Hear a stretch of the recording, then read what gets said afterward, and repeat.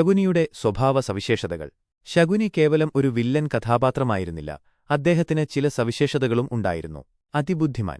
തന്ത്രങ്ങൾ മെനയുന്നതിലും കാര്യങ്ങൾ മുൻകൂട്ടി കാണുന്നതിലും ശകുനി അതീവ മിടുക്കനായിരുന്നു. അദ്ദേഹത്തിന്റെ ഓരോ നീക്കവും കൃത്യമായ ആസൂത്രണത്തോടെയായിരുന്നു. വാക്ചാതുര്യം.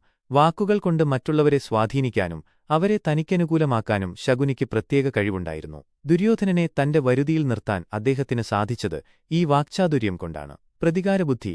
തന്റെ കുടുംബത്തിന് നേരിട്ട ദുരന്തങ്ങൾക്ക് പ്രതികാരം ചെയ്യുക എന്ന ലക്ഷ്യം ശകുനിയെ ശക്തമായി നയിച്ചു. ഈ പ്രതികാരമാണ് അദ്ദേഹത്തിന്റെ പല ചെയ്തികൾക്കും പിന്നിലെ പ്രധാന പ്രചോദനം. കുടുംബസ്നേഹം. ദുര്യോധനനോടും കൗരവരോടും ശകുനിക്ക് അഗാധമായ വാത്സല്യമുണ്ടായിരുന്നു. സ്വന്തം സഹോദരിയുടെ മക്കളായതുകൊണ്ട് അവരെ ഏതു വിധേനയും സംരക്ഷിക്കാൻ അദ്ദേഹം ശ്രമിച്ചു. ശകുനിയുടെ പകിടകൾ. ശകുനിയുടെ പകിടകൾക്ക് ഒരു പ്രത്യേകതയുണ്ടായിരുന്നു എന്ന് വിശ്വസിക്കപ്പെടുന്നു. നേരത്തെ പറഞ്ഞ ഐതിഹ്യമനുസരിച്ച് അദ്ദേഹത്തിന്റെ പിതാവായ സുബലന്റെ അസ്ഥികൾ കൊണ്ടാണ് പകിടകളുണ്ടാക്കിയത്. അതുകൊണ്ടുതന്നെ ശകുനി ആഗ്രഹിക്കുന്ന സംഖ്യകൾ പകിടകളിൽ വീഴുമായിരുന്നു. ഇത് വെറുമൊരു മിത്താണെങ്കിലും ചൂതുകളിയിൽ ശകുനിക്ക് ലഭിച്ച അമാനുഷികമായ വിജയം ഈ പകിടകളുടെ ശക്തികൊണ്ടാണെന്ന് വിശ്വസിക്കപ്പെടുന്നു. ശകുനിയുടെ മരണാനന്തര ഫലങ്ങൾ.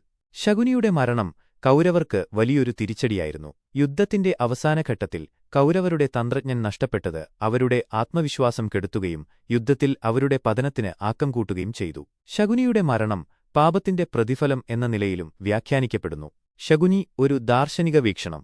മഹാഭാരതത്തിലെ ശകുനി എന്ന കഥാപാത്രം പല ദാർശനിക പാഠങ്ങളും നൽകുന്നു. ദുഷ്ടബുദ്ധിയുടെയും സ്വാർത്ഥതയുടെയും അന്തിമഫലമാണ് ശകുനിയുടെ പതനം എന്ന് പലരും വ്യാഖ്യാനിക്കുന്നു. എന്നാൽ അദ്ദേഹത്തിന്റെ പ്രതികാരദാഹം ഒരു വ്യക്തിയുടെ ജീവിതത്തെ എങ്ങനെ നശിപ്പിക്കുന്നു എന്നതിനും ശകുനി ഒരു ഉദാഹരണമാണ്.